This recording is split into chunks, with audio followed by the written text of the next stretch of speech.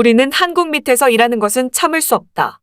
미국이 찬성할지라도 얼마 전 한국의 강경화 전 외교장관이 유엔기구의 사무총장직에 입후보했습니다. 그 기구의 이름은 ILO 국제노동기구입니다. 미국 등 많은 나라가 이에 대해 환영을 하며 반기는 분위기인데 유독 큰일이라도 난 것처럼 어쩔 줄 몰라 하며 언론 등을 통해 불편한 반응을 보이는 나라가 있었습니다. 바로 일본이었죠.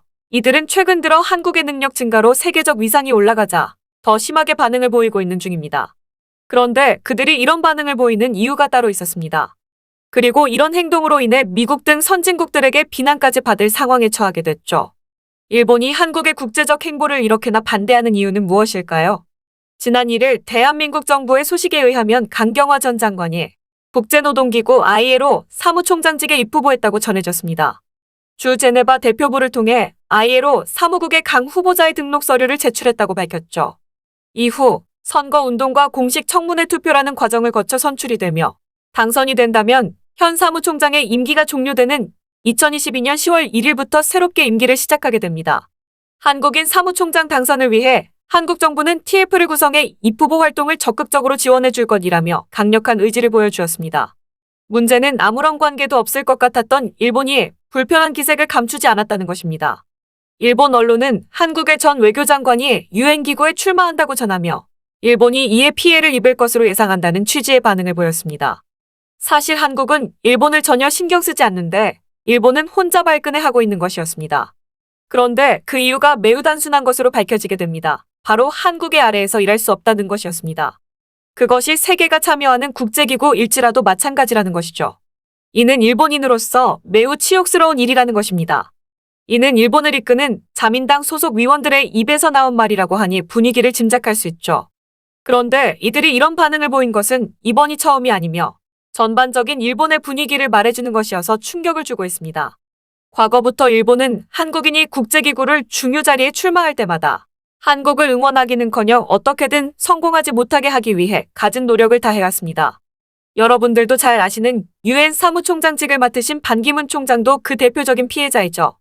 트럼프 행정부의 존 볼턴 미국 백악관 국가안보보좌관은 반기문 총장이 당시 유엔 총장 선거에 출마했을 때를 기억하고 있었습니다. 그는 자신의 자서전에서 반기문 총장이 입후보할 당시에 끝까지 반대한 국가인 일본을 자세히 언급했습니다. 그는 한국인이 유엔의 사무총장이 되는 것을 대부분의 나라뿐만 아니라 유엔 상임이사국까지 환영하며 찬성을 했는데 유독 반대표를 끝까지 던지는 국가가 있었는데 그것이 일본이었다고 전했죠.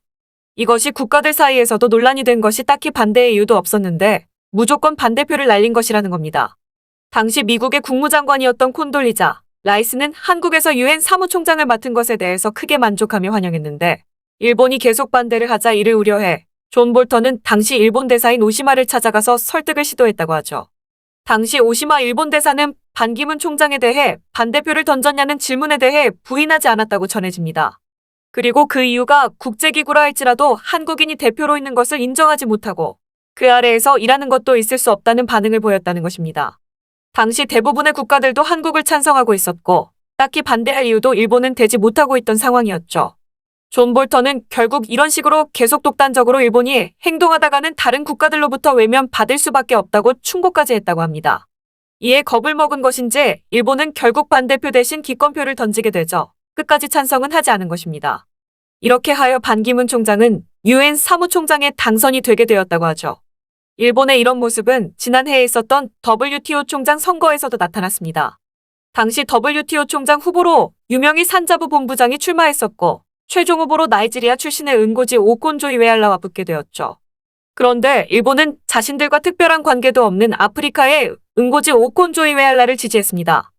상식적으로는 같은 아시아 지역이자 옆 국가를 지지할 것 같지만 일본은 나이지리아를 지지한 것입니다. 그들은 한국이 국제기구 수장이 되면 자신들에게 커다란 피해가 올 것이라고 생각하고 한국에 수출 규제를 한 본인들의 행동이 영향이 올 것을 우려된다고 자국 언론에 보도했었죠. WTO에서 총장이 나오면 일본은 수출 규제 소송에서 패소할 것이라고 생각한다는 것입니다. 이에 당시 관련 전문가들은 WTO 소송 패널들은 독립성을 가지고 있기 때문에 총장이 누구든 판결에는 아무런 영향이 없다고 했지만 일본은 끝까지 나이지리아를 지지했었죠. 이는 결국 한국 아래에 있는 것을 인정하지 못한다는 근본적인 생각이 깔려 있는 것이 컸다고 분석됩니다. 문제는 일본이 인정을 못할지라도 이제는 한국의 국제적인 위상이 너무나 강해지고 있다는 것입니다. 그래서 다른 국가들이 한국을 지지하는 것에 딱히 반대할 명분이 없다는 것입니다. 특히 이번 팬데믹 상황을 거치면서 한국의 입지가 국제적으로 엄청 오르자 일본의 고민이 깊어졌다는 것입니다. 한국의 밑에 있는 것을 넘어 잘못하면 한국에게 아시아의 제1의 선진국의 이미지까지 빼앗길 수 있다는 우려였죠. 실제로 최근 한국에서 WHO 총장의 정은경 질병청장이 임명되어야 한다는 국민청원이 올라온 적이 있었는데 일본은 이것까지 기사로 내보내며 신경을 쓰는 모습을 보인 것입니다. 아직 한국에서도 그냥 그랬으면 좋겠다 정도의 의견일 뿐인데 일본은 자국에서도 WHO 총장의 입후보여야 하며 한국을 견제해야 한다고 나선 것입니다. 뭐가 무서운 것인지 일어나지도 않은 일에 급발진하며 난리를 치고 있던 것이죠. 그들은 한국 밑에 들어가기도 싫지만 한국이 국제기구 등의 수장 자리를 가져간다면 일본은 반드시 피해를 입을 것이라고 생각하는 것 같습니다. 그들은 왜 이렇게 긴장을 하는 것일까요? 원인은 한 가지입니다. 본인들이 과거에 한국에게 한 짓이 있으니 언제든지 보복을 당할까 두려워하는 것이죠. 도둑이 제발 저리는 것과 같은 것입니다. 또한 한국이 이번 팬데믹 사태를 통해 미국은 물론이고 독일, 프랑스, 이탈리아 등 유럽의 중심국들에게도 러브콜을 받으며 함께 협력을 강화해 나가는 모습을 보여주며 국제적 입지를 넓혀 나가자 현재 이와는 반대의 행보를 보여주는 일본은 점점 불안감을 느끼며 한국의 행보를 불안한 시선으로 바라보게 되는 것입니다. 과거의 일본의 자리가 한국에게 넘어가고 있다고 생각하는 것이죠. 이런 상황에서 강경화 전 외교장관이 국제노동기구 ILO 사무총장의 출마 후 당선은 일본이 생각하기에 매우 치명적일 수 있다는 분석이 나옵니다. 이는 일본이 과거에 행한 강제징용과 관련한 소송과 연결이 될 수 있기 때문입니다. 한국은 일본이 강제징용 관련해 국제법을 위반했다며 강력하게 주장 중인 상황이며 이미 한국의 법원에서 한국은 일본에 승소했고 미쓰비시 자산을 압류하라는 판결도 나온 상황입니다. 하지만 일본은 이것을 인정하지 못하고 이를 핑계로 수출 규제를 진행했었죠. 그런데 이 강제징용 소송을 국제적으로 다루는 곳이 바로 국제노동기구 ILO입니다. 일본의 입장에서 만약 이것이 한국의 승소로 이어진다면 지금까지 일본이 행한 대부분의 것들이 잘못된 것이 될 처지에 놓이게 될 수도 있습니다. 그리고 무슨 수를 써서라도 막으려고 할 것으로 예상되는 상황이죠. 문제는 한국에게도 있었는데 그동안 ILO의 기본 협약인 강제노동 협약을 한국은 비준하지 않은 상태였다는 것입니다.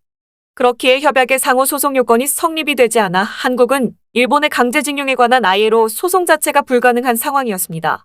하지만 한국은 올해 4월에 이를 해결해버렸습니다.